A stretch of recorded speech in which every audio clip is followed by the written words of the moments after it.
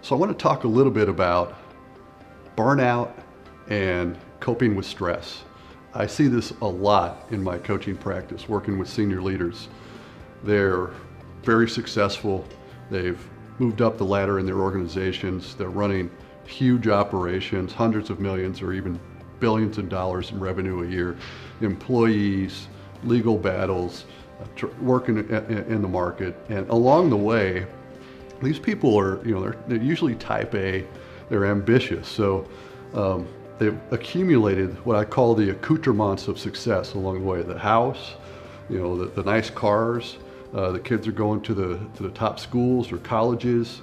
Then they get a vacation house, and then they're taking some trips if they can, and then maybe they're making some other investments. So really what happens here is, all right, the success becomes a burden.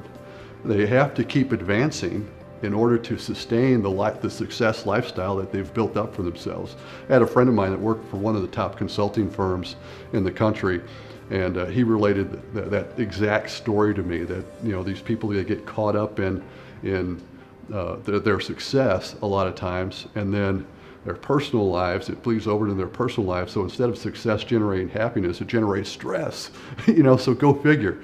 So in an effort to help these leaders work through these very significant challenges, because it impacts not only their ability to perform on the job, but it impacts their relationships and their health eventually. So I work with a good friend of mine, Dr. Dick Thompson. At one time, he was the U.S. Army's foremost expert on battlefield stress. And he came up with an acronym that he calls ARSENAL. So ARSENAL stands for awareness. R is for rest. S is for support. E is for exercise. N is nutrition. A is attitude. And then L stands for learning.